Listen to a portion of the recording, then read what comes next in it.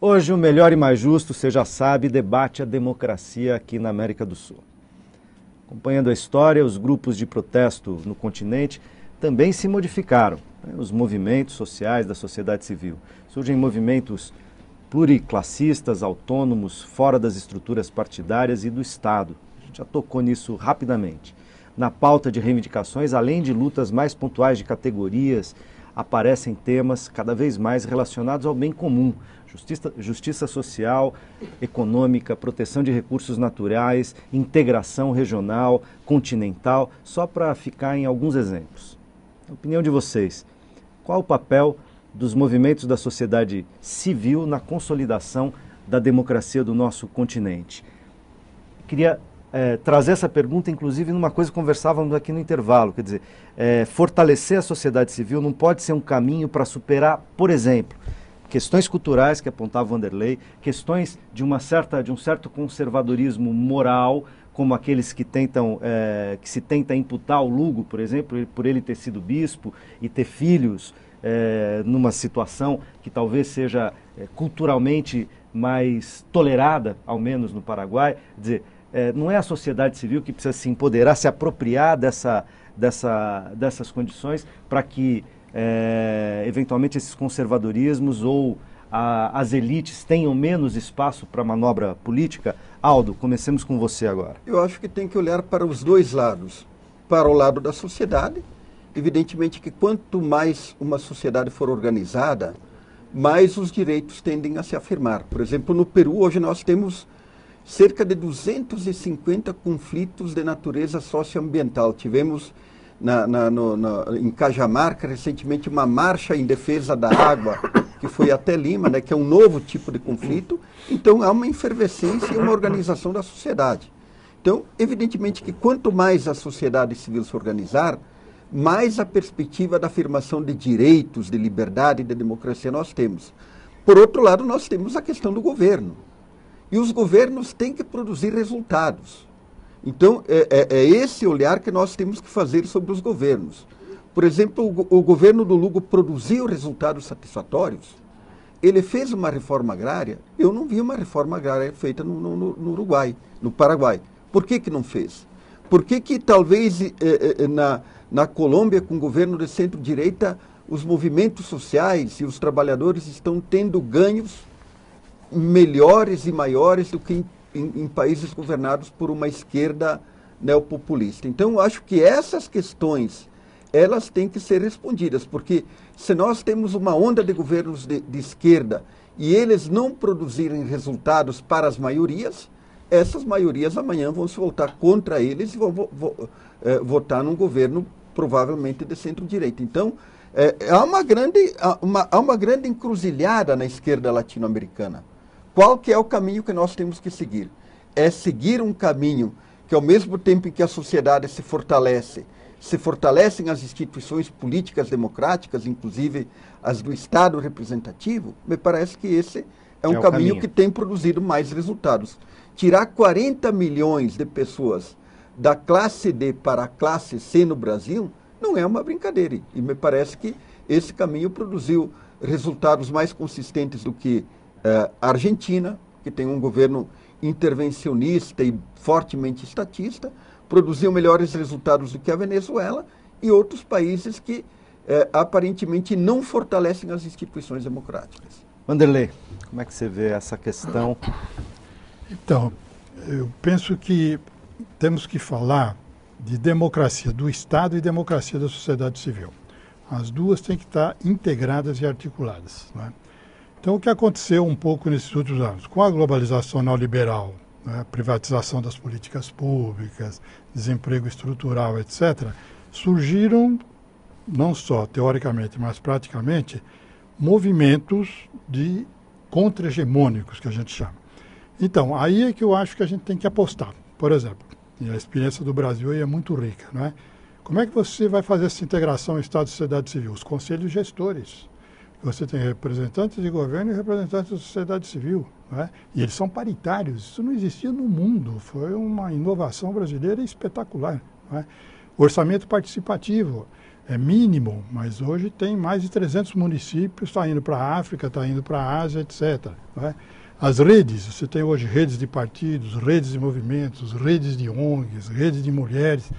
Então, quer dizer, há experiências concretas que mostram que uma esquerda, então, né, que tenha uma utopia concreta de transformação real da sociedade, mesmo que não tenha um modelo ainda explícito, ela tem que começar a partir de experiências que estão acontecendo. Não é ilusão, não é uma fantasia, não é um partido que vai decidir. Não é?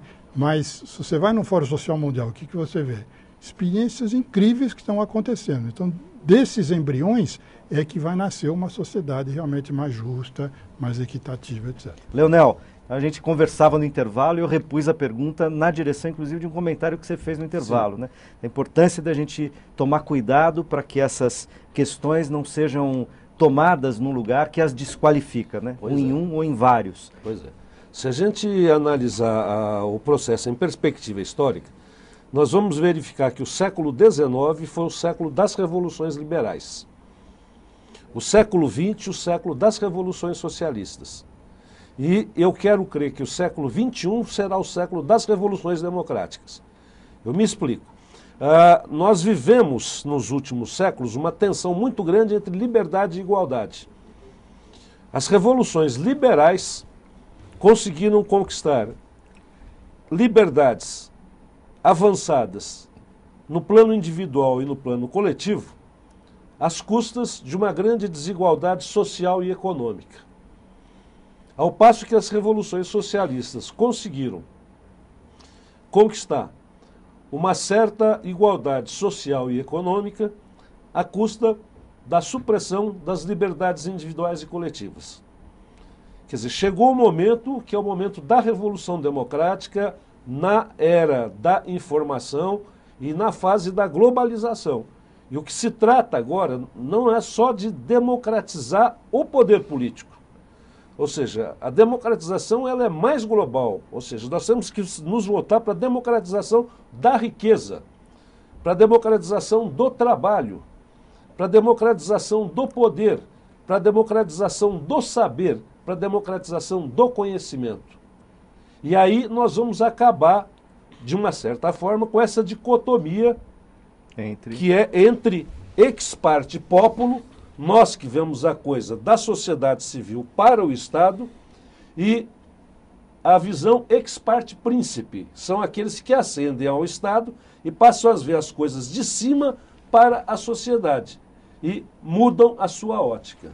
O sociólogo Tony Negri fala na construção de políticas pós-soberanas, né? Pós a ideia de um Estado soberano isolado, separado da sociedade e, na verdade, pensando que Estado e sociedade teriam outros campos de vasocomunicação maior e que essa seria uma tendência da democracia. Parece que vai no sentido próximo do que você está dizendo. Mas... Deixa eu ver se eu consigo retomar o Marcos, que não estava...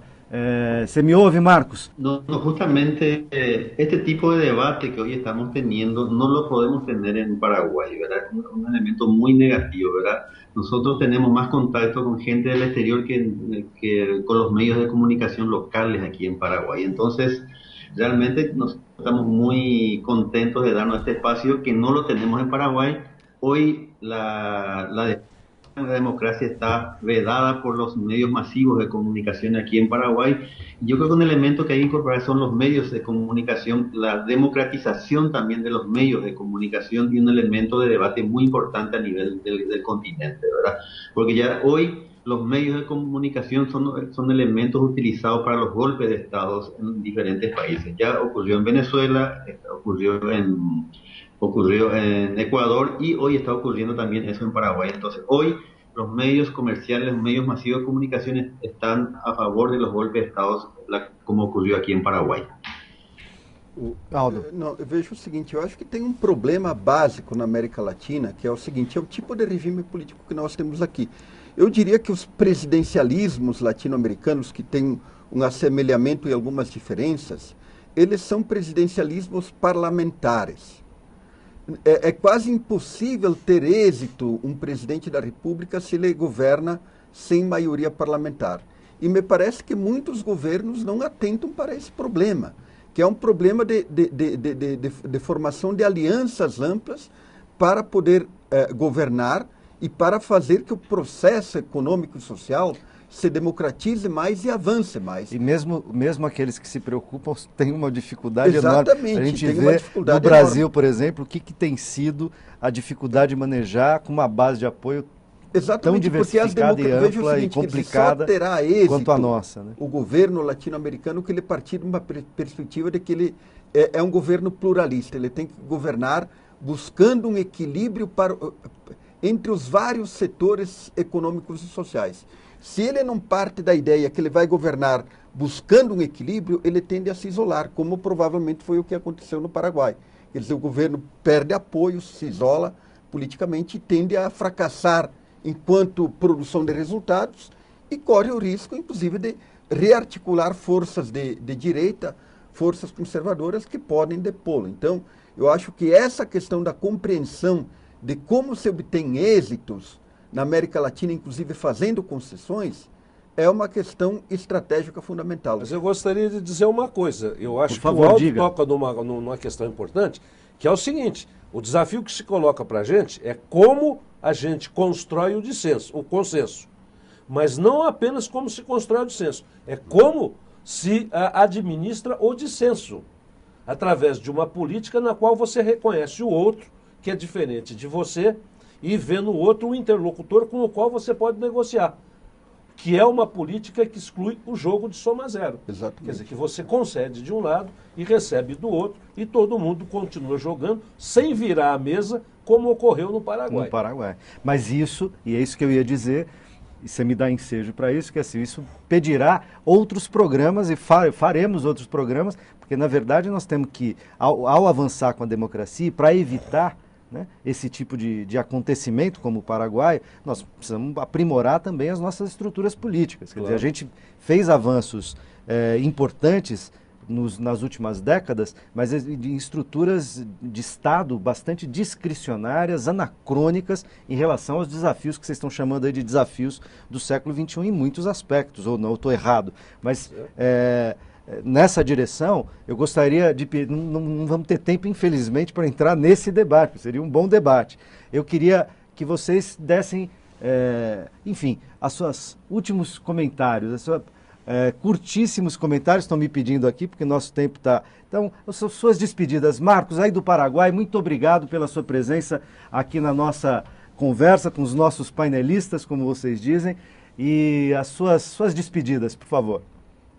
Sí, esta oportunidad de conversar con tan distinguida gente, ¿verdad? Entonces, lo que nosotros estamos como fortalecimiento de la democracia y el fortalecimiento de las organizaciones sociales aquí en Paraguay como único camino para buscar la justicia social en nuestro país, ¿verdad? En Paraguay tenemos mucha injusticia social.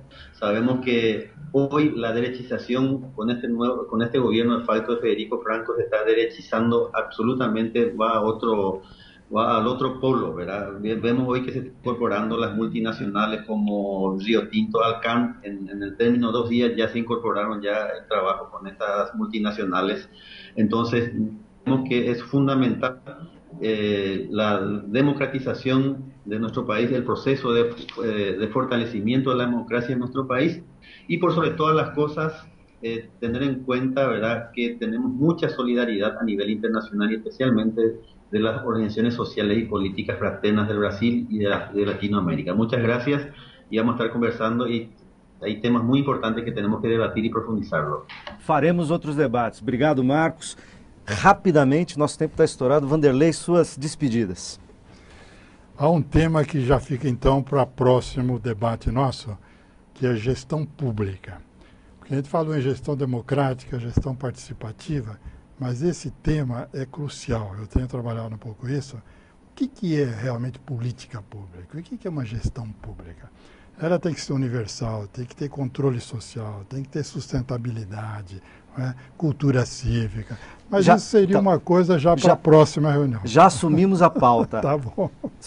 Rapidamente, por favor, Aldo, Bom, suas despedidas. Eu agradeço a oportunidade. Eu acho que a democracia na América Latina ela tem muitas imperfeições ainda, mas nós vivemos um momento positivo na América Latina, que é um momento de crescimento econômico continuado.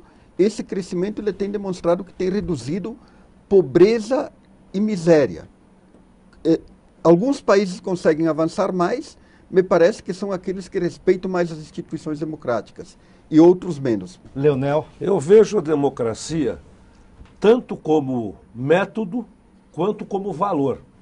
Ou seja, é um método de seleção dos governantes por parte da cidadania.